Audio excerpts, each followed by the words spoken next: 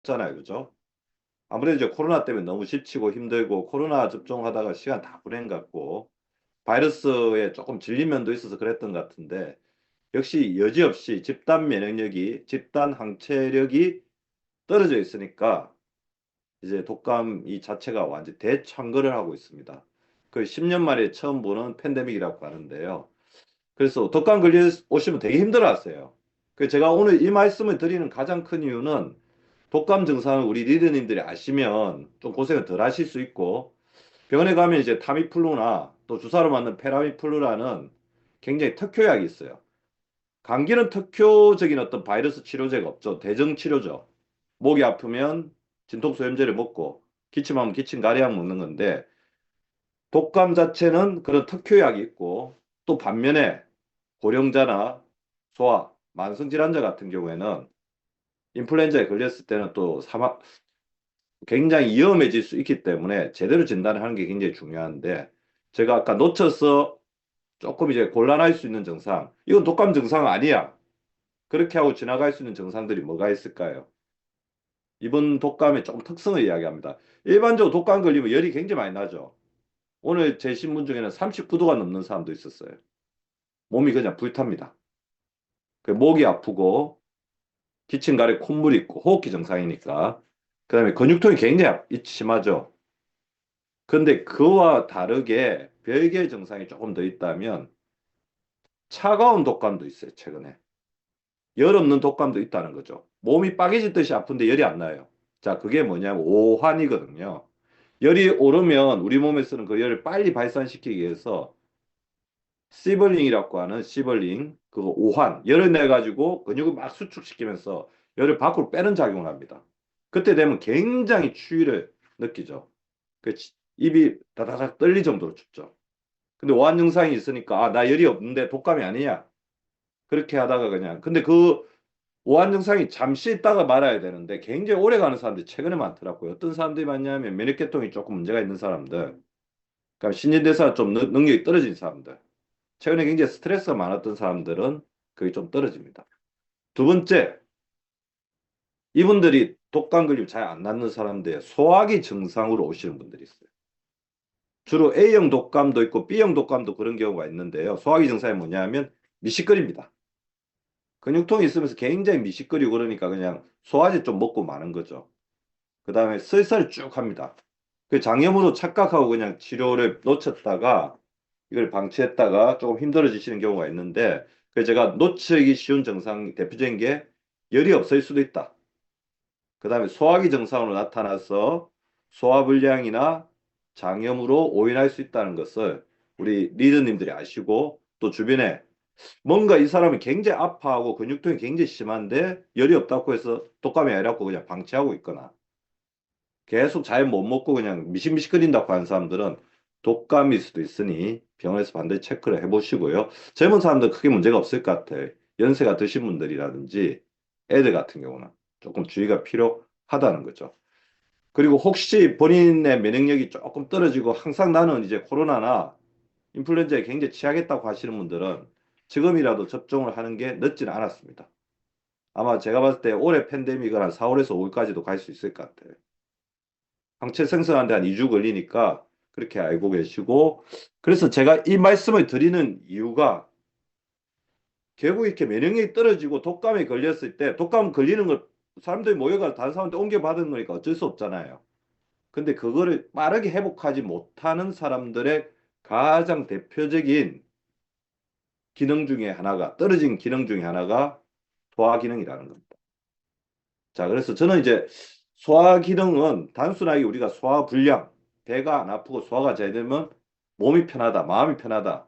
그런 차원을 떠나서 면역력, 신진대사, 혈액순환, 만성염증, 이 모든 것들을 좌우하는 데서 굉장히 중요한 요인이라고 말씀을 드리고 싶고요.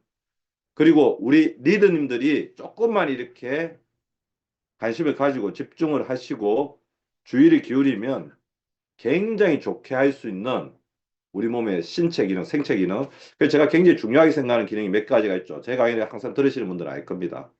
뭐 호르몬 기능, 면역 기능, 혈관 기능, 뭐 신진대사 기능이 있는데 그 중에서도 소화 기능은 이 모든 것들에 다 연관되어 있으면서 어떻게 보면 피라미드의 바닥을 깔고 있는 거라고 볼 수가 있을 것 같습니다. 그래서 2025년 여러모로 굉장히 불안정하고 격동의 시절이지만 우리의 소화 기능을 잡으면 편안하게 시작할 수 있다. 이 부분으로 시작을 좀 하도록 하겠습니다. 뭐 저는 다 알고 계실 거고요. 자, 오늘의 목차는 이렇습니다. 소화불량의 어떤 고통의 효율점, 그다음에 소화 기능 개선하는 거. 그래서 소화 기능은 우리 몸에 있는 모든 신체 기능하고 연결이 되어 있기 때문에 소화 기능을 좋게 하기 위해서는 신체 기능의 정상화가 필요하다는 부분, 그리고 특히 어떤 음식을 먹느냐 먹지 않게 어떻게 먹는 것이 중요하다는 것을 말씀을 드리려고 하고요. 세상에 제일 많은 증상이죠. 배가 아프고 소화가 불량. 그래서 어떻게 보면 감기보다 더 많은 증상이 소화불량이라고 할 수 있습니다. 그래서 여러분 병원에 가지 않는다고 하더라도 뭔가 배가 부르다. 음식을 먹고 난 다음에 속이 편안하지 못하다. 배가 부르다. 뭔가 이게 약간 막힌 것 같다. 배가 아프다. 이런 증상은 무지무지하게 많죠. 가장 많은 이유는 딱 하나라고 보시면 됩니다. 우리 인간의 어떤 생명 활동의 가장 근원이 음식이고, 그죠? 음식은 먹어야지 생명 활동이 유지되는데, 현대인의 음식은, 그리고 그 음식을 만드는 토양은, 그리고 그 음식을 만드는 과정은 그렇게 건강하지 않다는 거죠.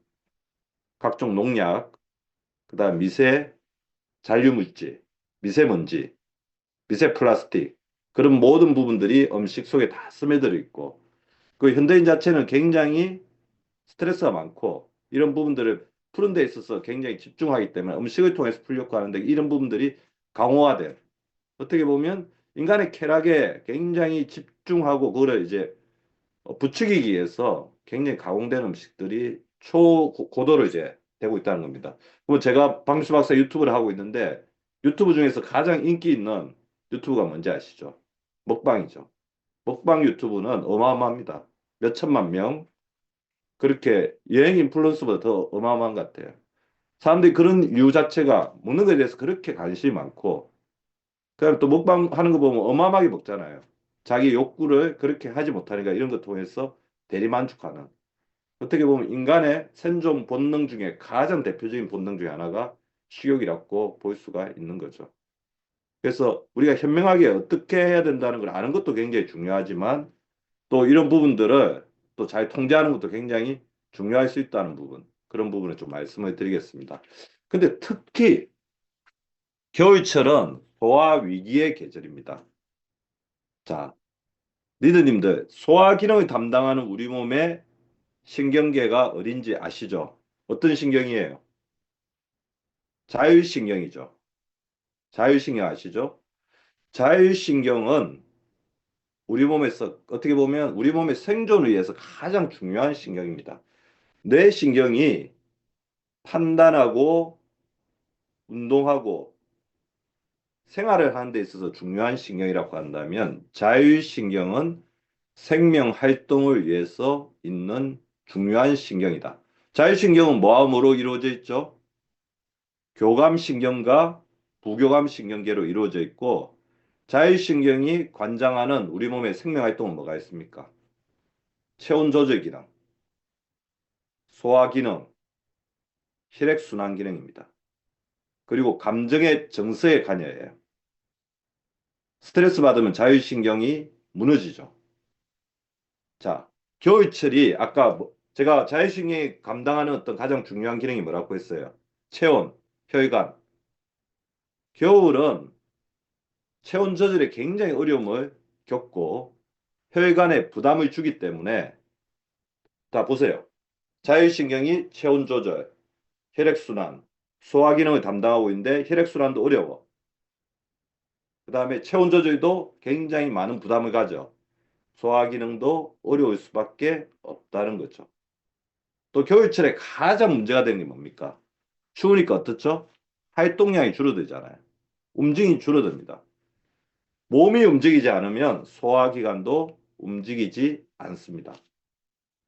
더불어 이제 한국 사람들에게서 소화불량이 유독 심한 이유는 그리고 우리나라 사람들이 그 탄수화물에 그렇게 집중하는 이유는 우리의 정서적인 환경과 문화와 연관이 있죠. 정서적인 거는 뭐가 있어요? 스트레스가 너무 많죠. 좁은 땅에서 엄청난 발전을 이뤄냈죠. 그러니까 경쟁, 비교가 생활화되어 있다는 거죠. 아까 제가 말씀드렸죠? 자율신경은 뭐하고 닿아 있다고요? 스트레스와 닿아 있다고요. 스트레스가 많으니까 자율신경에 부담을 주고 자율신경이 부담을 가지니까 소화기능이 부담을 가할 수밖에 없습니다. 그리고 한국 사람들의 어떻게 보면 이 발전을 이루어낸 데 있어 굉장히 중요한 어떤 하나의 문화가 있죠. 어떤 문화가 있습니까? 빨리빨리 문화. 빨리빨리가 굉장히 우리 특히 소화기관에 부담을 많이 줍니다. 저도 서울대 의대 이제 옛날에 레전트 할 때 그런 일이 있었어요. 밥 먹으러 내려가는데 경북에서 응급 콜이 오는 거예요. 식판을 딱 시켰어. 식권을 내고 식판을 받았어요. 근데 응급 콜이 와요. 그럼 식판을 어떻게 해야 됩니까? 뒤에 오는 사람한테 주든지 그냥 내려놓고 또 올라가야 됩니다. 그러니까 밥을 먹을 때 몇 분 만에 먹겠어요. 3분 만에 먹.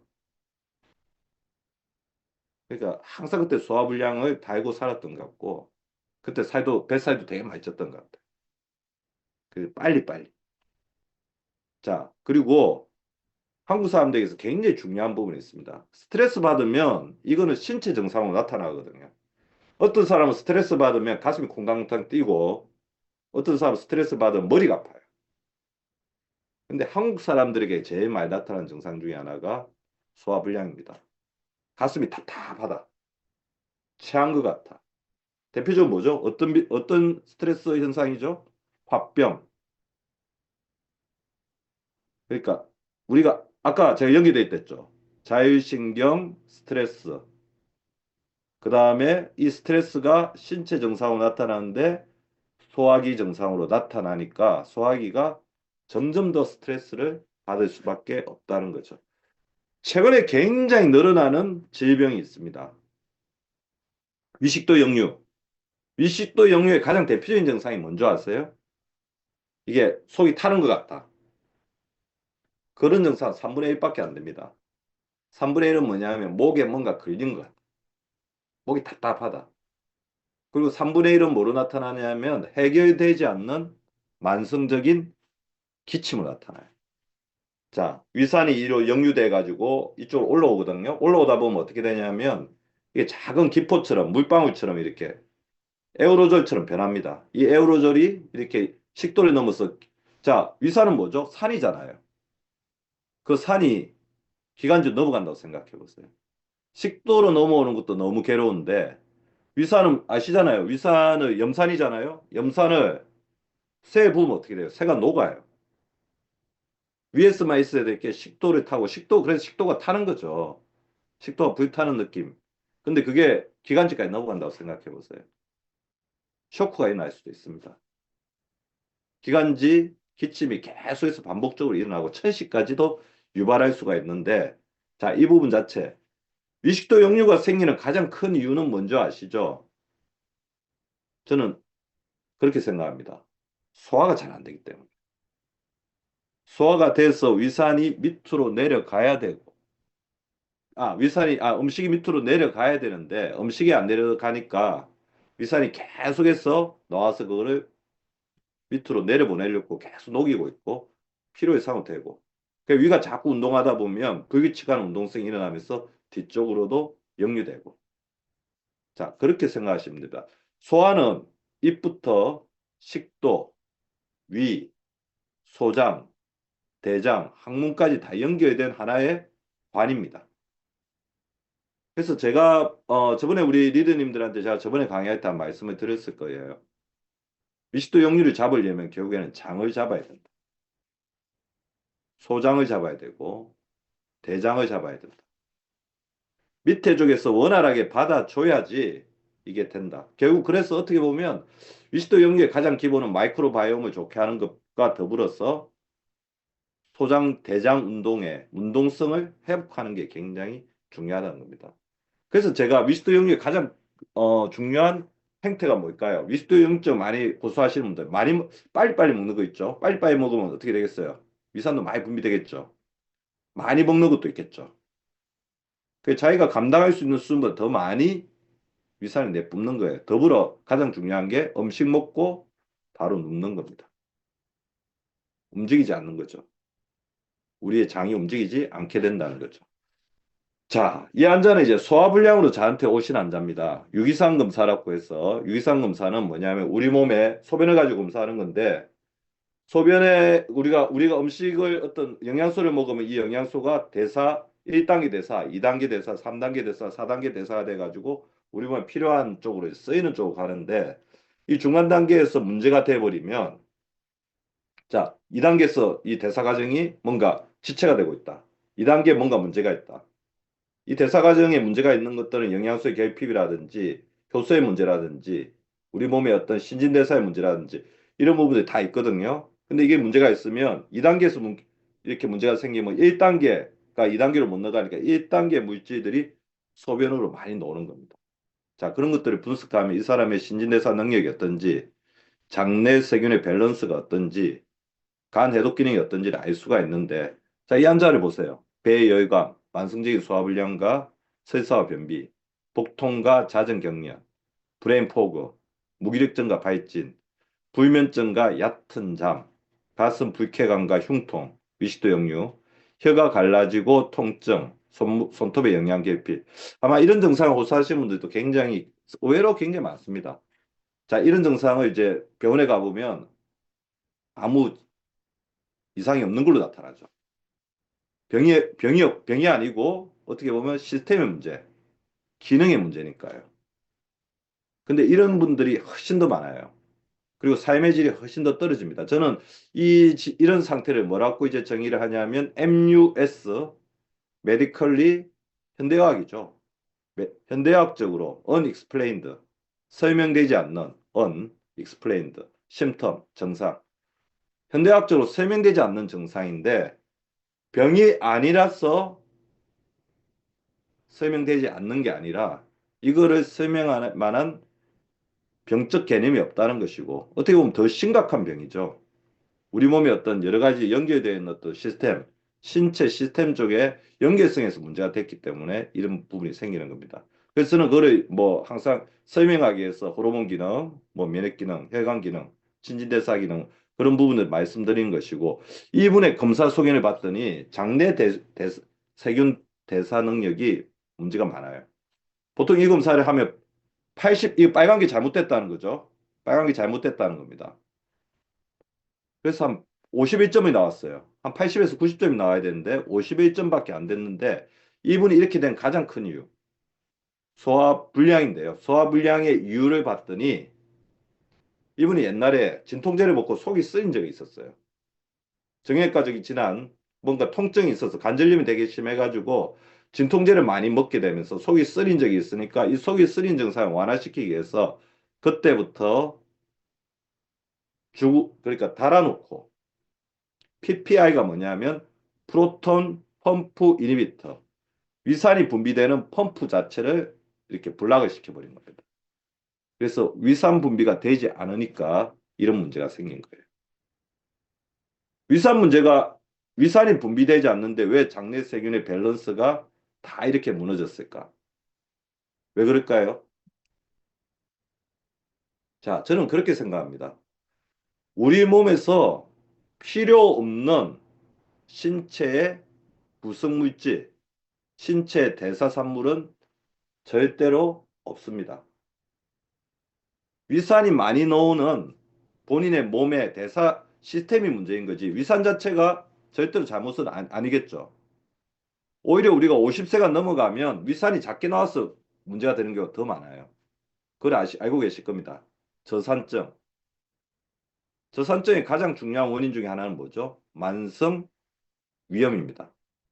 위점막세포, 위산을 분비하는 점막세포가 다 쪼그라들어가지고 위산 자체를 분비하는 능력이 떨어진 거죠.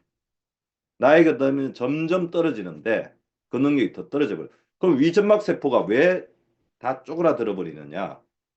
1번은 이제 나이가 들었겠죠. 나이가 들면서 세포는 점점 퇴하니까. 두 번째 한국 사람들한테는 헬리코박터가 굉장히 큽니다. 헬리코박터 감염. 오래 앓으면 위점막 세포가 다 위축이 돼요. 세 번째, 네 번째, 다섯 번째는 뭘까요? 진통제를 너무 많이 먹었어. 위점막 세포를 공격하는 외부의 유해한 물질들을 너무 많이 먹었어. 술, 담배 그런 것들이겠죠. 네 번째 스트레스를 많이 받는 것도 원인이고요. 그리고 저는 또 그렇게 생각해요. 젊은 시절에 위산 분비를 너무 과도하게 낭비해 버리면 나이가 들어서 그 부분은 필연적으로 위축될 수밖에 없다는 겁니다.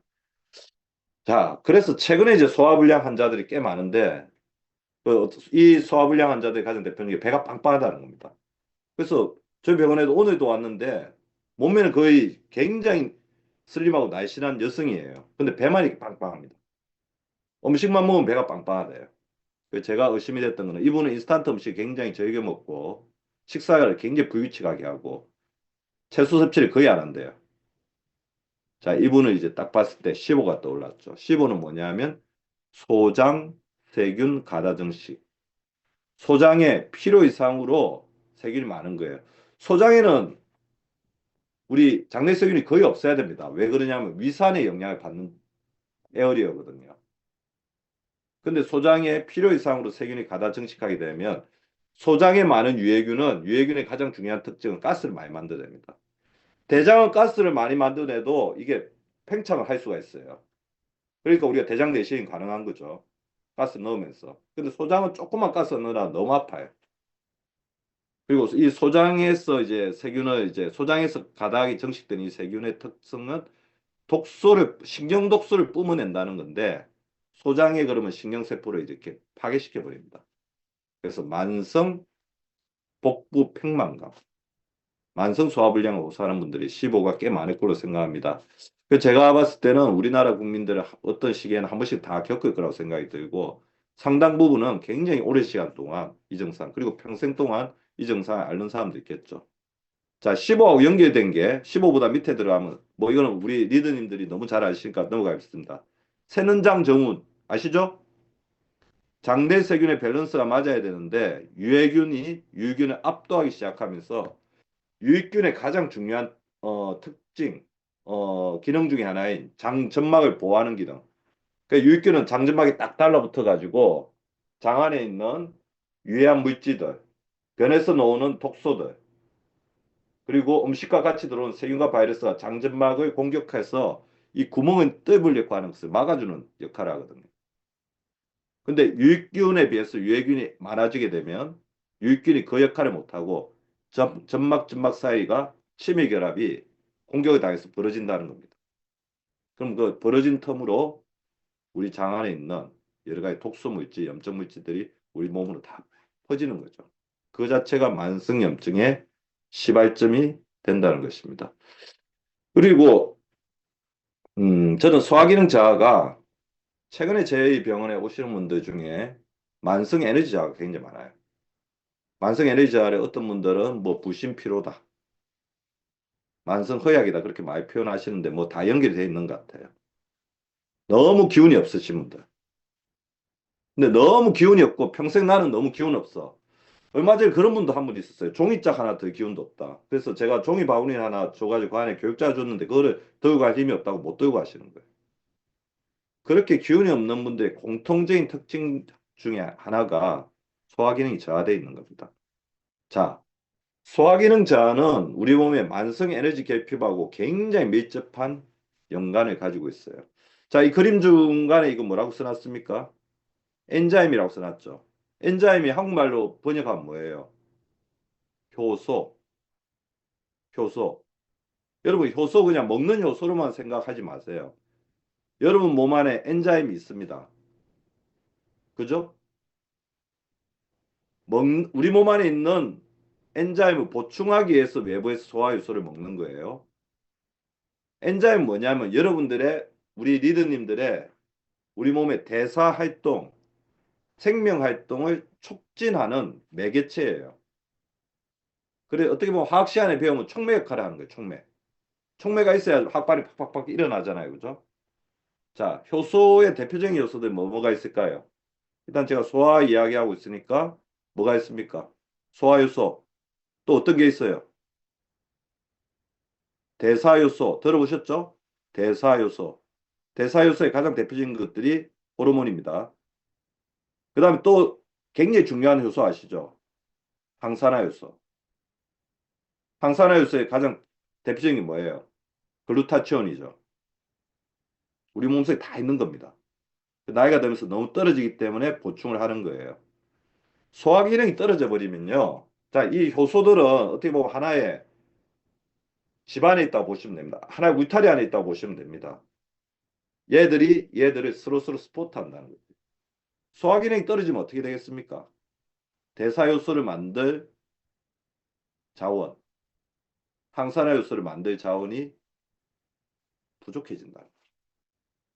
소화가 안 된 사람은 대사량도 굉장히 떨어지고 항산화 능력도 굉장히 떨어져요. 아까 그분이 만성염증의 시발점이 된 것처럼.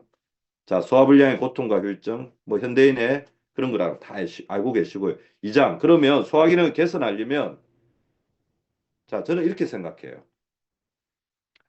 그래서 앞으로 제 강의를, 우리 지금까지 제 강의를 계속 들으셨던 우리 리더들이나 앞으로 제 강의를 들으실 우리 리더님들은 다 알고 계시겠지만, 우리 몸은 다 연결되어 있습니다. 내가 이거 하나만 좋게 하겠다고 해서 좋아져봤자, 그거는 어떻게 보면 굉장히 공허한 거예요. 그 전체적인 있던 밸런스를 맞춰 놓으면 한 군데가 조금 문제가 생기더라도 나머지 부분들이 이 부분을 도와주거든요. 그래서 우리 몸에 가장 중요한 제가 저번에 우리 리더님들한테 이제 굿모닝 이야기하면서 만나 했던 말이 있습니다. 건강은 연속. 자, 건강한 연속이라고 하면 하나 더 있어요. 건강은 연결. 건강은 연결되어 있다. 그래서 골고루 좋게 하시고 노력을 하셔야 됩니다. 그리고 한 가지 자체가 무너졌다고 해서 너무 스트레스 받을 필요가 없어요. 연결시켜 놓으면 복구시키기가 쉽다는 거죠. 그래서 그렇다고 해서 하나가 또 이게 부족하다고 해서 이거를 내가 못 올리니까 큰일 날 거야. 그렇게 또 생각하실 필요는 없습니다. 자기가 할 수 있는 만큼 하는 거예요. 그러다 보면 나중에 약한 고리부터 먼저 이렇게 메꿔주는 거죠. 그러면 나중에 강한 고리들이 또 약한 고리를 고쳐주거든요. 그래서 소화기능 저하 개선 전략도 똑같습니다. 소화 및 마이크로바이옴을 정상화시키고 생체 리듬을 정상화시키고 우리 몸에 저는 결국 소화는 에너지라고 보거든요. 에너지가 부족한 사람은 소화 기능을 못해요. 걸어 다니지도 못하죠. 소화 자체도 이제 장이 움직여야 되잖아요. 자율신경이 움직여야 되잖아요. 자율신경이 움직이려면 에너지가 부족한 사람은 항상 교감신경계가 올라가 있을 수밖에 없어요. 불안하기 때문에. 그러니까 미토콘드리아 기능도 굉장히 중요하다는 거죠. 그리고 근육, 마이크로바이옴, 간, 췌장 등의 이 모든 요인들이 같이 콤바인돼서 돌아가게끔 해서 에너지 대사의 어떤 시스템을 정상화시키는 게 굉장히 중요합니다. 일단 그건 알고 계셔야 됩니다. 나이가 들면서 아까 제가 말씀드린 것처럼 위산 분비도 저하되고 위점막의 방어 기능도 저하됩니다. 그럴 수밖에 없겠죠. 위산이 저하되면 위점막 방어 기능도 저하될 수밖에 없고 위점막 방어 기능이 저하되었는데 위산이 많이 나와버리면 어떻게 되겠어요? 큰일 나겠죠. 위가 다 타버립니다. 그래서 위점막 방어 기능이 떨어지시는 분들, 아까 위점막 방어 기능이 떨어지는 가장 대표적인 게 뭐냐면 만성 위염이죠. 위축성 위염. 위축성 위염이 되면 뮤신이라는 위점막을 만들어내는 위에 우리가 이렇게 염산이 이렇게 어마어마하게 뜨거운 염산이 쏟아져 나오는데도 우리 위가 안 타버리고 구멍이 안 나는 이유는 이 위점막에서 어마어마한 점액을 만들어내기 때문입니다.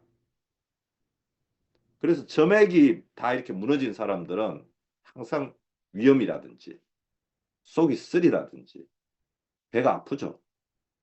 그러니까 이게 아프니까 어떻게 하겠습니까? 경련을 하고 막 쥐어짜는 거예요.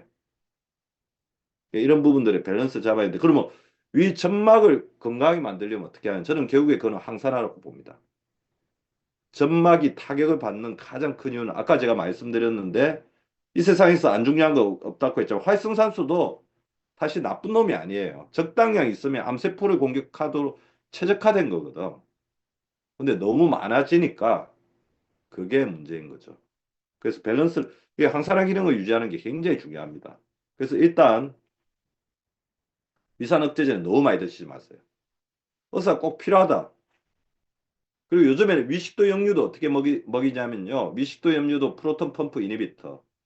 최근에는 또 새로운 거 나 KK라고 해서 또 칼륨 뭐 채널 이제 그 되게 새로 나왔는데 의사들 옛날에는 주구장창 1년 내내 이제 먹어라. 위식도 역류 환자들 먹으라고 그랬는데 요새는 온 디맨드라고 해서 어떻게 먹냐면 속이 너무 쓰릴 때는 먹어야 될 거 아니에요. 위산이 너무 많이 나오니까. 먹다가 속이 안 쓰리다. 그러면 하루만 더 드시고 그다음부터는 끊어라. 가지고 있다가 다음에 또 속이 쓰리면 먹어라. 이제 이렇게 이야기하는 의사들이 점점 늘어나고 있습니다. 왜냐하면 위산이 계속해서 안 나온다는 것도 결국에는 우리 몸에는 불균형을 초래하는 거잖아요. 그렇죠? 그래서 위산 억제제를 현명하게 사용하는 게 중요하고 저는 결국 위산이 과도하게 많이 나오는 것, 소화운동이 잘 안 되는 것, 음식이 잘 분해 안 되는 것, 나이가 들면서 위산이 떨어질 수밖에 없다고 한다면 이거를 분해하는 데 있어서는 소화효소가 굉장히 중요하다는 거예요. 그래서 소화효소가 몸에서 나오는 소화효소 플러스 외부에서 주입하는 소화효소를 통해서 이 부분을 극복을 하라는 거죠. 일단 몸에서 나오는 소화효소를 좀 아껴주셔야 됩니다. 젊을 때는. 그래서 저희식해야 돼요. 많이 먹어버리면 소화효소도 그만큼 많이 써버리죠. 그런데 많이 먹는 것보다 더 위험한 게 뭔지 아세요? 소화효소가 없는 음식을 많이 먹는 거예요. 가공 음식이죠. 인스턴트 음식입니다. 더불어 또 문제가 빨리 먹는 거예요. 빨리 먹으면 소화효소도 그만큼 이렇게 빨리 소진될 수밖에 없습니다. 그래서 적복탄, 중단, 다식, 이거 뭘까요? 복합 탄수화물은 적절하게, 충단, 단백질은 충분하게, 다식, 식이섬유는 많이. 이게 우리가 어떤 전체적인 메가 영양소를 먹는 방식입니다. 그리고 저는 굉장히 중요한 게 소화효소가 풍부한 음식을 먹는 게 소화효소의 고갈을 막는 데서 굉장히 중요할 것 같아요. 그래서 인스턴트 음식을 지금 너무 젊은 세대들이 너무 많이 먹고 있는데 굉장히 나중에 걱정이 돼요. 50대 이후에 소화효소가 없는 새로운 어떤 세대의 등장이 나타나지 않을까 걱정이 많이 됩니다. 그래서 그런 부분들을 이런 음식들을 계속해서 먹게끔 도와주셔야 돼요. 옆에서 김치, 된장국, 양배추 김치, 굴, 생강, 아보카도, 파인애플, 망고, 파파야, 바나나, 캐피어, 키위. 자, 그래서 효소 매우 중요하죠. 효소는 아까 제가 말씀드린 것처럼 촉매에 제공되어서 제대로 작동하도록 돕는 물질이며 발효는 꽃을 피워서 그 자체로 부담을 덜어주는 이제 스페인 틀인데 덜어주는 음식입니다. 그래서 효소가 제대로 작동하도록 하는 발효 음식을 많이 먹는 게 중요합니다. 왜 그러냐면 밑에 체내 효소 보유량은 20대가 60%라고 한다면 60대는 25%로 감소하죠. 항산화효소 감소하는 거와 똑같은 속도라고 보시면 돼요. 어떻게 보면 생명 활동에 어떤 이게 나이가 듦에 가장 중요한 거죠. 그래서 우리가 100세 시대라고 한다면 이 효소를 100세까지 젊은 이만큼은 아니더라도 젊은 시절에 건강하게 잘 유지하는 게 굉장히 중요할 거라고 생각하고 그렇다면 항산화효소, 뭐 글루타치온을 잘 보충해 주는 것도 굉장히 중요하겠지만 소화효소가 저는 굉장히 중요할 거라고 생각합니다. 근데 문제는 현대인들이 선호하는 건강하지 못한 음식은 자체 소화효소가 없다는 거예요. 그래서 자연에 가까운 음식을 조금 많이 먹어야 됩니다. 그래서 농업과 축산기술의 발전은 현대인들에게 생활되는 가식이 또 문제고 자 그래서 효소의 낭비를 막자. 소화효소 그다음에 장내 세균 중에 유산균에도 효소가 있어요. 장내 세균 자체도 효소를 만들어냅니다. 그 마이크로바이옴 자기 몸에 맞는 유익균을 잘 섭취하는 게 굉장히 중요하다는 겁니다. 음식 효소와 발효 음식을 제대로 섭취하는 것이 중요하겠다. 그리고 이거는 또 하나 아세요? 제가 그래서 그러면 우리 리더님들 이럽니다. 나는 이상하게 브로콜리만 먹으면 배가 아파. 자, 이거는 자기한테 안 맞는 거예요. 자, 포도맵 원리를 아셔야 됩니다. 이 포도맵을 보면 식이탄수화물의 일종으로 장에서 잘 흡수되지 않고 남아서 발효됩니다. 그래 가스를 많이 만들어요. 흡수되지 않고 발효돼. 그러니까 발효가 무조건 좋은 건 아니죠. 본인이 이 발효, 이게 가스가 늘어나는 것을 잘 견뎌내고 이 밸런스 잘 잡을 수 있는 사람은 포도맵 음식을 먹어도 됩니다. 근데 포도맵 음식에 유독 취약한 사람들이 있어요. 그래서 잡곡이나 호밀이나 보리를 먹었는데도 가스 많이 찬다. 이건 자기한테 포도맵 원립적으로 포도맵으로 작용하는 겁니다. 가스를 많이 만드는 쪽으로 작용하는 거니까 식이섬유 그리고 남들이 좋다고 했던 음식을 먹었는데 내 몸에 이상 반응이 있다면 이거는 포도맵 반응일 수 있고 이거는 결국에 나의 소화효소를 고갈시키는 것이니까 그런 음식은 피하는 게 좋다. 자, 그래서 건강은 케이스 바이 케이스다. 그런 거 아시면 됩니다. 자, 보십시오. 놀란 게 뭐 당연히 밀가루는 고포도맵일 수밖에 없고 근데 견과류 중에도 완두콩, 강낭콩, 검은콩, 캐슈넛 굉장히 좋은 음식들이잖아요. 그 다음에 야채 중에도 마늘, 양파, 버섯, 브로콜리, 콜리플라워, 치커리. 그래서 이 음식이 나쁘다는 게 아니에요. 이 음식이 장에 들어오면 자기가 포도맥으로 작용하면서 가스가 많이 차면 소화효소가 굉장히 많이 분비되면서 우리 몸에 소화효소 고갈을 불러일으킬 수 있으니까 이런 음식을 먹었을 때 약간 속이 불편한 사람은 오른쪽 포도맵, 무포도맵이나 저포도맵으로 갈아 끼우면서 이렇게 돌아가면서 음식을 먹자는 거고 그렇지만 뭐 양배추, 마늘, 양파 얼마나 좋은 영양성분이 많습니까? 이거는 먹지 말자는 건 아니에요. 이거의 양을 조절해 주자는 거죠. 그리고 아까 제가 위시도 역류를 말씀드리면서 우리 몸은 다 연계되어 있다고 그랬죠. 이 제일 상부 쪽이 식도니까 상부가 편하려면 하부 쪽에서 잘 이렇게 소통을 시켜줘야 됩니다. 운동하는 게 굉장히 중요하고요. 장을 청소해야 됩니다. 그래서 위식도 역류가 있으신 분들에게는 주구장창 위산억제제나 소화운동 촉진제만 먹을 게 아니라 반드시 섬유질과 유산균을 섭취하도록 먼저 레코멘드를 해보세요. 권유를 해주세요. 어떻게 보면 한 사람 인생을 구할 수도 있습니다. 더불어 소화기능에서 가장 중요한 게 간입니다. 간에서 굉장히 많은 소화효소가 나오잖아요. 그래서 간에 디톡스하는 것도 굉장히 중요해요. 의외로 이제 지방 분해 요소 기능이 떨어지시는 분들 많거든요. 그래서 간이나 췌장에서 리파제가 나오는데 리파제의 어떤 분비에 의해서는 간과 췌장이 건강해야 됩니다. 그리고 의외로 있잖아요. 그런 게 있어요. 이 허리띠를 꽉 졸라매신 분들이 있는데 그럼 복압이 올라가가지고 위산역류가 일어날 수 있거든요. 그래서 특별하게 그 자기가 신경 써야 되는 자리가 아니면 허리띠는 좀 널널하게 하는 게 굉장히 중요합니다.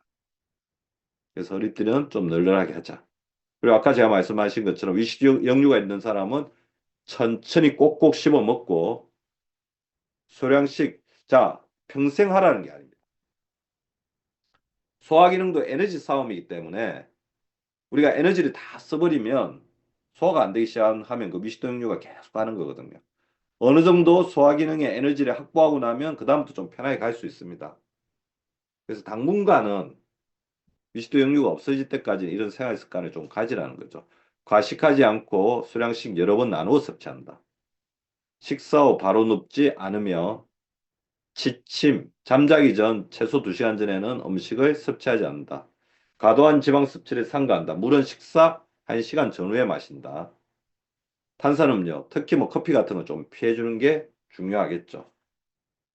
그리고 췌장은 우리가 다 아시다시피 베타 세포 그러니까 인슐린 분비하는 내분비 기관이자 우리 몸에서 굉장히 중요한 리파제라는 그래서 지방을 분해하는 효소를 만들어내는 기관입니다. 그래서 췌장의 기능을 좋게 하는 게 굉장히 중요한데 췌장이 가장 싫어하는 게 술하고 담배예요. 췌장 기능이 떨어진 사람들 술하고 담배를 굉장히 주의하셔야 되고요. 특히 검연이 굉장히 중요합니다. 체중 관리도 굉장히 중요하고 그리고 제가 한 가지 더 말씀을 드리고 싶은 게 췌장이 안 좋다. 췌장이 안 좋은 사람 나중에 당뇨가 많이 걸릴 확률이 있는 것처럼 당뇨가 있으신 분들은 내분비 기관에 문제가 있기 때문에 췌장에 내분비 기관에 문제가 있기 때문에 소화효소를 만들어내는 외분비 기관에도 연쇄적인 좋지 않은 반응을 일으킬 수 있습니다. 그래서 당뇨를 잘 조절하는 게 소화 기능을 좋게 하는데 굉장히 중요합니다. 췌장, 마이크로바이옴. 자, 췌장에 부담을 들어준다. 그 다음에 혈당이 높은 음식, 우리 몸에 혈당이 올라가면 이 높은 혈당 자체가 세포 쪽에 산화 스트레스를 주는데 이 부분이 강범회에 다 작용해요. 혈관에뿐만 작용하는 게 아니라 장점막에도 다 작용합니다. 대장, 소장, 위장, 식도, 연쇄적으로 다 나빠질 수 있습니다. 그래서 결국 이제 당뇨 환자분들이 나중에 소화기능이 떨어지는 이유도 그런 거하고 연관이 돼 있죠. 그래서 제가 아까 말씀드린 것처럼 결국 소화기 건강의 제 밑바탕은 대장의 마이크로바이옴이기 때문에 마이크로바이옴을 잘 유지해 주는 게 중요합니다. 그리고 디스바이오시스, 장내 세균의 유해균이 늘어나는 가장 큰 이유도 소화가 잘 안 되기 때문이에요. 아까 제가 소화가 안 된 음식이 내려가죠. 내려가면 디스바이오시스를 일으킨다는 거예요. 유해균의 먹이가 된다는 거예요. 그러니까 이거 다 연계되어 있는 거죠. 자, 생각해 보십시오. 마이크로바이옴이 좋지 못하면 소화가 안 되죠.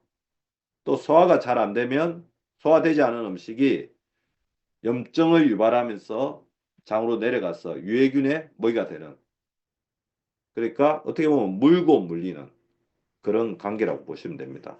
그래서 위, 식도, 위, 소장, 대장은 한 형제다. 그렇게 생각하시면 됩니다. 저는 그렇게 생각해요. 아까 제가 말씀드렸죠. 장점막을 건강하게 하려면 장점막에 끊임없이 스트레스 주는 활성산소를 막아내는 황산화 물질, 비타민, 미네랄, 글루타치온이 필요하고, 그리고 마이크로바이옴이 우리 장점막에서 장내에서 잘 살아남으려면 장점막이 건강해야 되는데 이 황산화 영양소가 이 부분을 도와준다는 거예요. 그리고 이 마이크로바이옴이 또 우스운 게 이 마이크로바이옴이 나중에 또 효소들을 만들어내거든요. 그렇게 되면 항산화 효소에 어떤 힘이 또 세질 수가 있는 거죠. 이게 서로서로 상부상조하는 것입니다. 자, 항산화 영양소의 멀티플레이.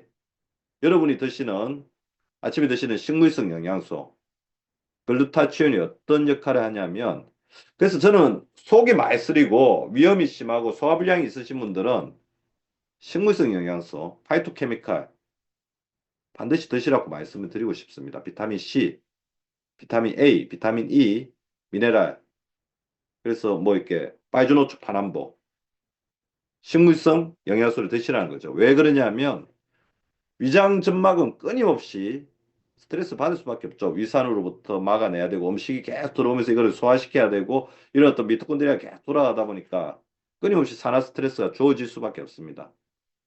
그래서 황산화 영양소를 섭취해서 위장 점막에 주어지는 산화 스트레스를 제거를 해줘야 된다는 거죠. 자, 그 다음에 이 황산화 영양소가 또 간을 좋게 하죠. 간은 우리 몸의 가장 중요한 해독기관이잖아요. 글루타치온의 대부분이 간에서 만들어지는 것처럼 이 황산화 영양소 섭취를 통해서 간의 소화 기능을 원활하게 해준다는 겁니다. 더불어 황산화 효소는 마이크로바이옴의 기능을 정상화시킵니다. 100조 개가 넘는 마이크로바이옴이 좀 숨통이 트이게끔 하는 역할을 하는 거죠. 그래서 황산화 요소는 제2의 유산균이다. 제2의 프로바이오틱스이다. 그렇게 생각하시면 됩니다. 그런데 자 보십시오. 아까 제가 말씀드렸죠. 유익균을 잘 켜놓으면 잘 키운 유익균 하나가 진짜 뭐 안 부럽답고 이 유익균에서도 소화효소를 만들어내요. 그래서 마이크로바이옴의 어떤 기능을 정상화시켜 놓으면 그게 소화효소를 촉진하고, 자 보십시오. 아까 항산화 영양소가 위점막을 보호한다고 했는데 마이크로바이옴에서 나오는 특히 단세 지방산 같은 경우는 위점막을 방어력을 강화시키는 역할을 하게 됩니다. 그래서 단세 지방산 자체가 제가 리더님한테 계속 말한 것처럼 근육으로 가는 문을 열어주는 것뿐만 아니라 위장관 점막의 기능을 정상화시키는 데도 도움을 주죠. 더불어 일부 유익균은 헬리코박터와 같은 병원성 미생물의 성장을 억제합니다. 균끼리는 경쟁을 하거든요. 그러니까 유익균이 늘어나면 헬리코박터의 역할을 공간을 줄여줄 수 있다는 거죠. 그리고 당연히 아까 제가 말씀드린 것처럼 장점막 누수가 되면 굉장히 위험한데 결국 그 점막의 누수를 해결하는 것도 자 여기 복구화 재생이죠. 그것도 결국에는 유익균입니다.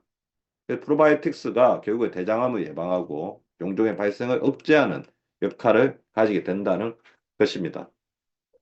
그래서 저는 굉장히 중요하게 생각합니다. 그래서 저는 굉장히 어떻게 보면 저는 조금 이제 컴플라이언스가 높아가지고 굉장히 다양한 어떤 유산균들을 먹어도 저는 대부분 다 잘 수용을 하더라고요. 근데 그거는 이제 우리 개개인의 특성이 있어요. 리더님들 중에는 나는 이 유산균 먹으면 되게 안 좋아. 나는 이 유산균에만 잘 반응해. 그러면 그 유산균이 맞는 거예요. 그런데 아마 앞으로 이런 다양한 그게 있겠지만 다양한 유산균들을 먹어서 자기의 어떤 몸에서 유산균들의 어떤 수용성을 높여놓는 것이 나중에 굉장히 유리할 수 있습니다. 하나에만 잘 반응한다는 것보다는. 그래서 유산균의 수용성, 유연성을 조금 확보해 놓는 것도 굉장히 필요할 거라고 생각이 됩니다. 그리고 제가 오늘 또 드리고 싶었던 말씀 중에 핵심적인 중에 하나가 대사를 개선시켜서 소화 에너지를 제공하는 게 굉장히 중요합니다. 아까 건강은 제가 연결이라고 그랬죠. 효소는 연계되어 있어요. 대사 요소, 항산화 요소, 소화 요소. 자, 오늘 그 부분을 좀 알고 가시면 좋아요. 내가 소화가 안 되면 뭐 답답해. 소화가 안 되는데 소화제 먹는 방법밖에 없어.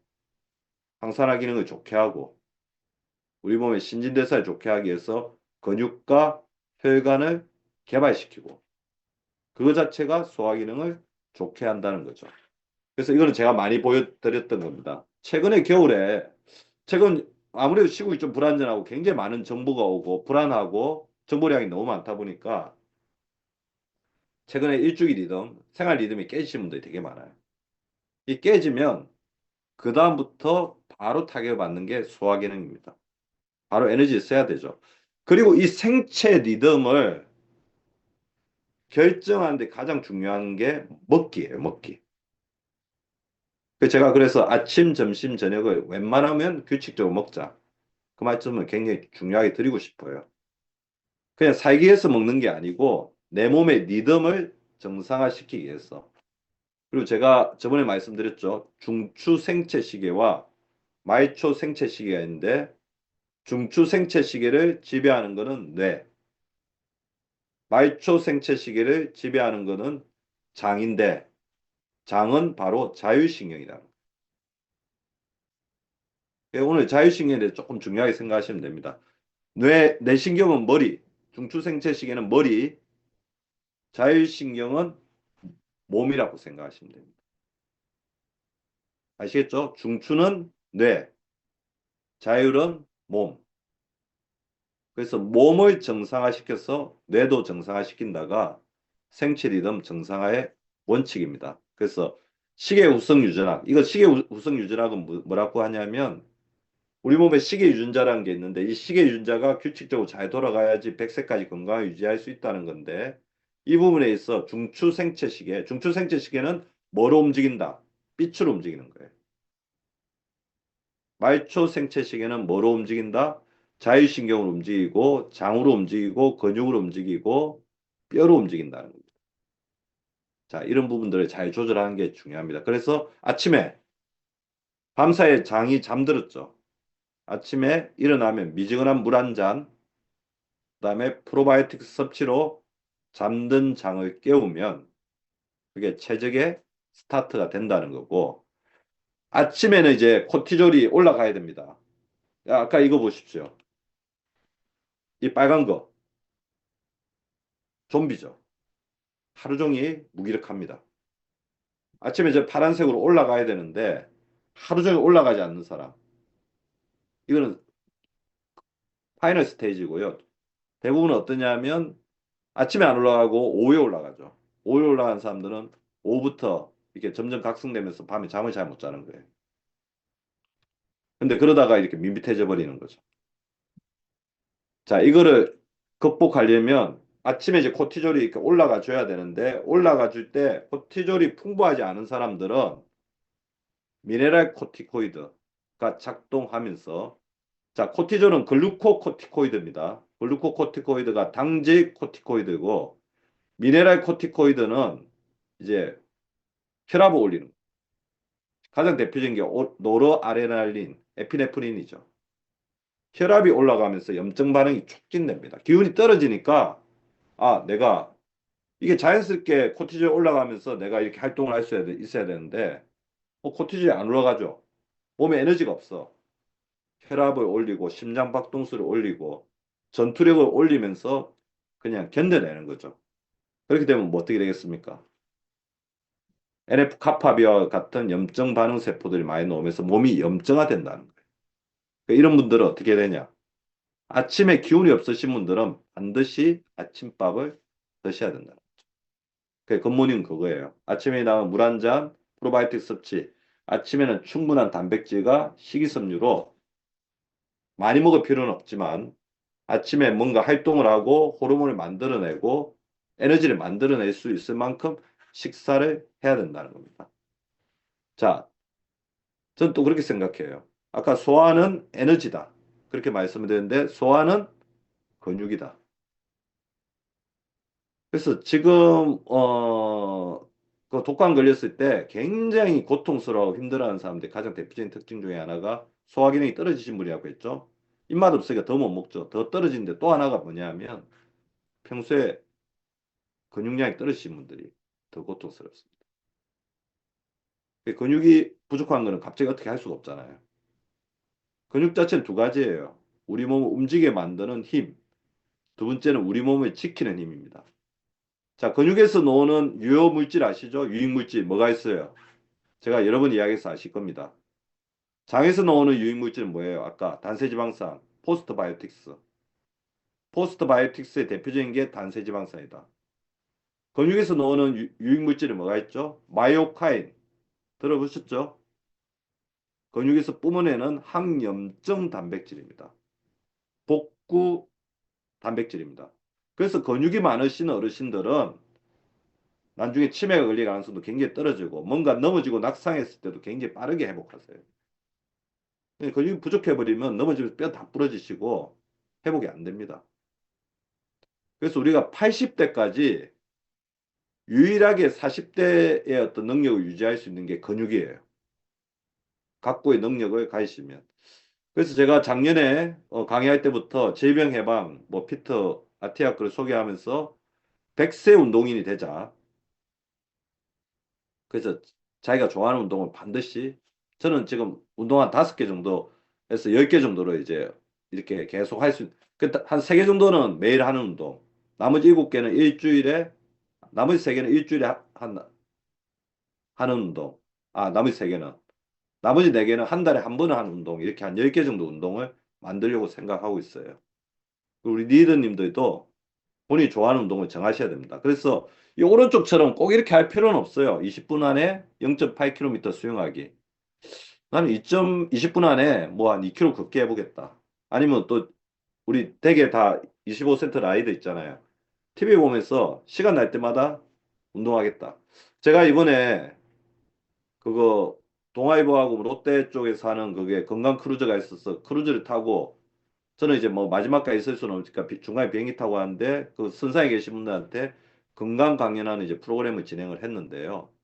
코스는 뭐 대만, 일본 이렇게 왔습니다. 제가 스위트룸이니까 무제한이었어요. 그러니까 음식을 하루 종일 무제한으로 먹을 수 있는 거예요.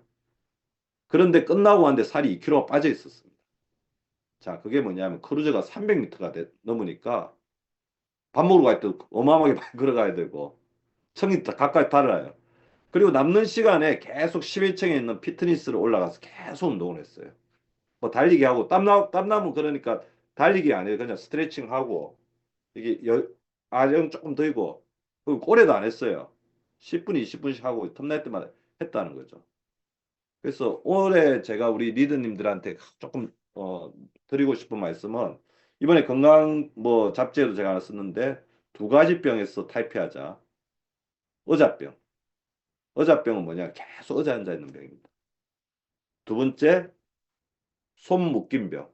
스마트폰으로부터 손이 묶이지 말자.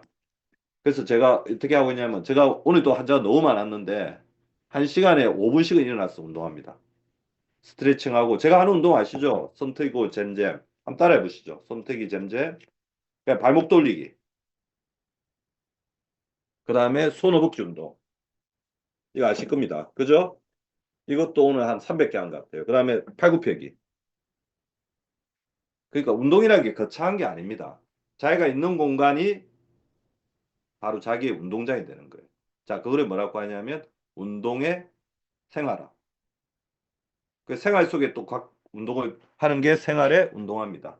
자, 이거는 이제 일상적인 운동이고 우리 느님들도 본인이 좋아하는 운동들을 좀 개발해 잡고 왔어요. 자기만의 목표를 정해서 달성하려고 끊임없이 노력하고 나는 100세까지 운동을 하겠다. 그렇게 생각하는 게 굉장히 중요합니다. 자, 그러려면 근육의 무리죠. GLUT4. 이건 뭐냐면 근육 안에 당을 집어넣는 거거든요. 인슐린이 중요하죠. 인슐린 건강을 잘 유지하고 아까 제가 말씀했습니다. 단백질 섭취가 굉장히 중요한데 단백질 못지않게 근육을 지키는데 중요한 게 프로바이오틱스, 단세지방산이 근육을 가는 또 문을 열어줍니다. 그래서 근육 형성의 게이트라는 거죠. 자, 뭐 더불어 이제 굉장히 저는 중요한 게 운동을 해야 되는 가장 중요한 건 뭐냐면 결국 나이가 들어서 본인의 에너지가 떨어진다는 것은 우리 몸에서 들어와 있는 나와 공생하고 있는 외부의 물질 아시죠? 외부의 기관, 세포기관, 미토콘드리아예요. 미토콘드리아는 우리가 옛날에 진화의 초기에 외부에 있는데 우리 몸속으로 그냥 들어온 거예요. 그때 하나의 세균이 우리 몸도 하나의 단핵 들어왔는데 사이가 좋은 거야. 나는 에너지를 만들게. 너는 생존을 해라. 에너지 만드는 역할을 한 어떤 세균이 미토콘드리아입니다. 자, 미토콘드리아가 에너지가 잘 돌아가는 게 100세까지 우리가 건강하고 활력있게 사는 건데 그러려면 미토콘드리아가 깨끗해야 돼요. 미토콘드리아가 가행으로 뭔가 독소가 쌓이면 안 되는데 그 독소가 쌓이지 않게 해주는데 가장 중요한 역할을 한 게 두 가지입니다.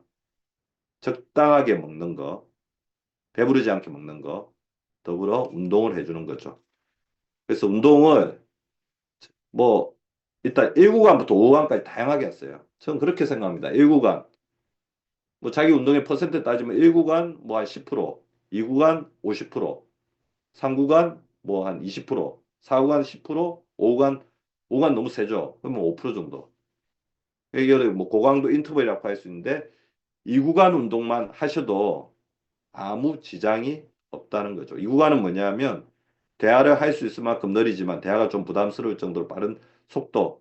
그러니까 뭐냐면 다른 사람이 봤을 때 애매하지만 본인이 운동하고 있으시면 된 거예요. 25센트 라이더 위에 올라가서 그냥 아무 생각 없이 운동을 해야 되겠다는 강박관념 없이 TV를 본다든지 유튜브를 보면서 그냥 돌리고 있으면 그것도 운동이 된다는 겁니다. 그리고 운동 후에는 자 이거를 뭐냐면 애너볼릭 윈도우 애너볼릭은 뭐냐면 합승이거든요.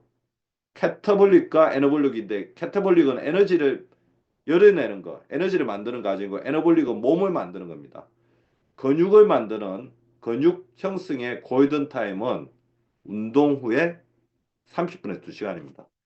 그래서 낮에 운동을 한 10분에서 20분 정도 했다고 한다면 단백질을 그때 좀 섭취를 해가지고 근육을 좀 더 키워주시는 역할을 하면 좋을 것 같습니다. 뭐 이 식사 환경 너무 열악하죠. 자, 그래서 한국인의 식사 팔적을 보면 가속염, 가속염, 가식, 폭식, 속식 빨리 먹기, 염식 짜게 먹기, 가공 음식 많이 먹기, 식사 그러기 이것도 굉장히 위험합니다. 자, 우리가 젊은 시절 그리고 60대, 70대 이후에 식사 그러기 굉장히 데미지를 줄 수 있어요. 편식, 저칼슘식, 저섬유식이 한국인의 식사 팔적입니다. 자, 이거를 극복하는 식사 경력 원칙을 보면 천천히 먹는다. 그리고 소금 섭취는 지나치게 많이 하지 않는다. 수분 섭취는 충분히 한다. 하루에 1.5리터 이상. 새끼를 규칙적으로 섭취하는 게 굉장히 중요하고 될 수 있으면 동일량을 섭취하는 게 기초 대사량 원칙에서는 제일 유리합니다. 1대 1대 1.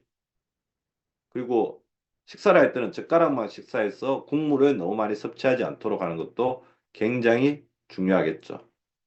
그 다음에 칼슘이 풍부한 음식을 먹고 섬유질을 10g 더 먹고 아마 지금 현재 우리나라 사람들 제일 안 되는 게 아무래도 이제 매일매일 이제 채소 먹는 거 이런 게 굉장히 힘들 겁니다. 이거는 매일매일 공급해야 되니까. 근데 조금 더 노력을 했어요. 그래서 나는 거친 음식이 나를 건강에 만든다. 그 거친 음식은 뭐냐면 자연에 가까운 음식이죠. 적게 먹고 그리고 탄수화물, 단백질, 지방의 밸런스를 맞추는데 그래서 제가 이걸 좀 종합하면 어떻게 먹자 그렇게 말씀드릴 수 있냐면 세반 천출 거꾸로 자 뭘까요? 세반 천출 거꾸로 한번 따라해보세요. 세반 천출 거꾸로 세반 새끼를 반드시 천천히 출출하게 그러니까 음식을 먹고 나서 약간 배가 고픈 듯한 느낌. 그래서 이거는 제가 이번에 그 갔을 때 오키나와 갔을 때 오키나와 장수 노인들에게 물어보면 이렇게 이야기합니다. 배가 부르기 전에 젓가락을 내려놓아라. 자기 배 90%만 채워라. 거꾸로는 제가 항상 말씀드리죠. 밥 한 번, 반찬 한 번. 이게 한국의 전형적인 패턴인데 그게 아니라 채소 한 번, 고기 한 번, 밥 한 번. 채소 한 번, 고기 한 번, 밥 한 번. 세반천출 거꾸로 이걸 반드시 기억을 해주시 기 바랍니다. 그리고 이것만 기억하시면 돼요. 소화 안 된다? 그러면 움직이자. 소화는 움직입니다. 자, 마지막에 이거 손 한번 틀고 발 이렇게 쭉 이렇게 돌려주시고 오늘 강의를 끝내도록 하겠습니다. 그래서 2025년 소화 기능, 소화 너무 잘 되고 만사도 형통하신 우리 니은